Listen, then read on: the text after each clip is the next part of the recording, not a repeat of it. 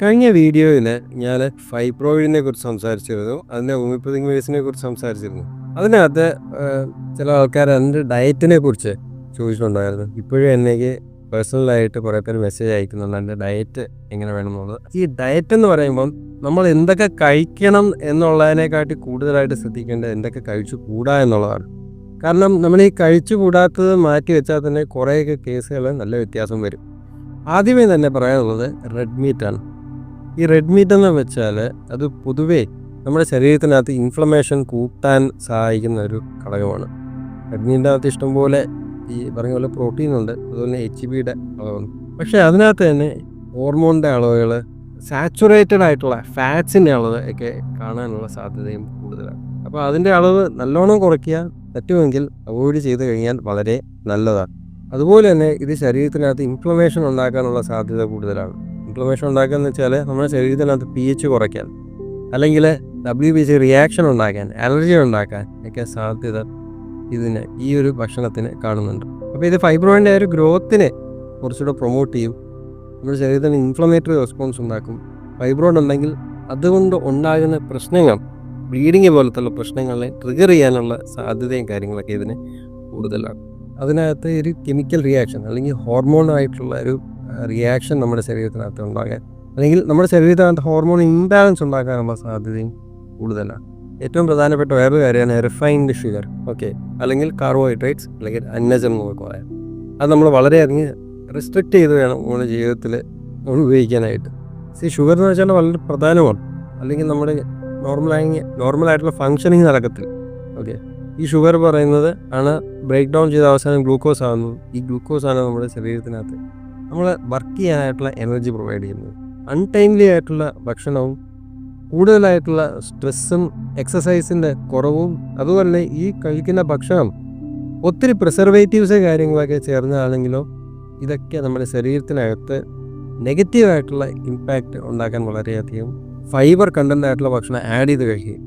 എന്നാൽ ഇതിൻ്റെ ഒരു റിലീസ് അതായത് ഷുഗറിൻ്റെ ഒരു റിലീസ് സ്പൈക്ക് ചെയ്യാതെ സ്ലോ ആയിട്ട് നമുക്ക് മുന്നോട്ട് കൊണ്ടുപോകാൻ പറ്റും. നമ്മുടെ ശരീരത്തിനകത്ത് ഈ ഷുഗർ കൂടിയാലും ഇൻഫ്ലമേഷൻ കൂടാനുള്ള സാധ്യതയുണ്ട്. അത് ഈ ഫൈബ്രോയിഡിൻ്റെ ഗ്രോത്തിനെ സഹായിക്കുന്നതൊക്കെയായി കാണിക്കുന്നുണ്ട്. ഈ ഷുഗറാണ് നമ്മുടെ ശരീരത്തിനകത്ത് ഡെപ്പോസിറ്റ് ആകുന്നത്, വെയിറ്റ് ഗെയിനിന് ഒക്കെ കാരണമാകുന്നത്, ഹോർമോണൽ ഇംബാലൻസ് ഉണ്ടാക്കാൻ പ്രാപ്തമാണ്, ഈസ്ട്രജൻ ഡോമിനൻസ് ഉണ്ടാക്കാനുള്ള സാധ്യതയുണ്ട്. അതായത് നേരത്തെ പറയാൻ ഹോർമോണൽ ഇംബാലൻസ് ഉണ്ടാക്കാനുള്ള സാധ്യത കൂടുതലാണ്. ഈ ഫൈബ്രോയിഡിന് ഏറ്റവും കൂടുതൽ പ്രധാനമായിട്ട് വേണ്ട ഒരു കാര്യം ഭക്ഷണമാണ്. ഈ ഭക്ഷണം എങ്ങനെ കിട്ടുന്നത്? കാർബോഹൈഡ്രേറ്റ്സിൽ കൂടെയാണ്, അന്നജത്തിൽ കൂടെയാണ്. അപ്പോൾ അതിനെ കൺട്രോൾ ചെയ്ത് കഴിഞ്ഞാൽ, ലിമിറ്റ് ചെയ്ത് കഴിഞ്ഞാൽ ഫൈബ്രോയിഡിലോട്ടുള്ള ഇതിൻ്റെ സപ്ലൈ കുറയാൻ അല്ലെങ്കിൽ കുറയ്ക്കാൻ നമുക്ക് തീർച്ചയായിട്ടും സാധിക്കും.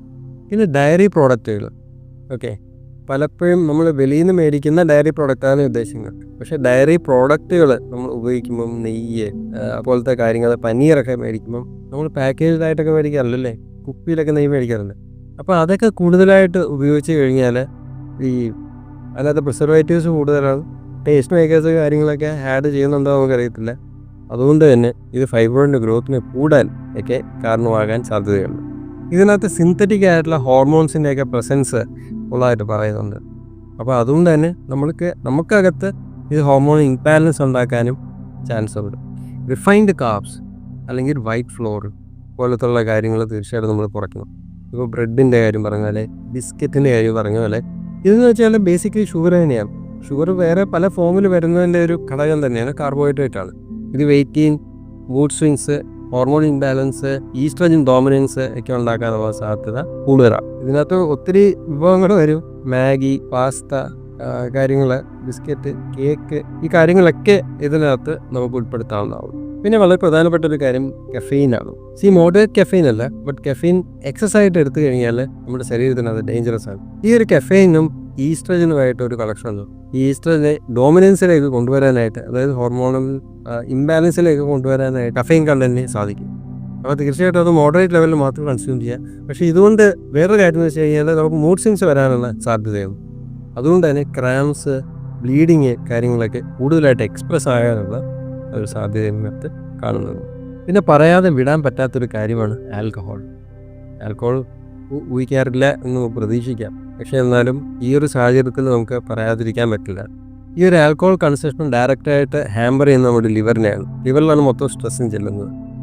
പക്ഷേ ലിവർ എന്ന് വെച്ചാൽ ഒരു മെറ്റബോളിക് ഓർഗനാണ്. ഇത് നമ്മുടെ ഹോർമോൺസിനെ വ്യത്യാസം വരുത്താൻ സാധ്യതയുണ്ട്. ഈസ്ട്രജനിലും വ്യത്യാസം വരുത്താനുള്ള സാധ്യത കാണിക്കുന്നുണ്ട്. അപ്പോൾ നമ്മൾ പെർഫെക്റ്റ് ആയിട്ടിരിക്കുക എന്നുള്ളതല്ല നമ്മുടെ ഉദ്ദേശം.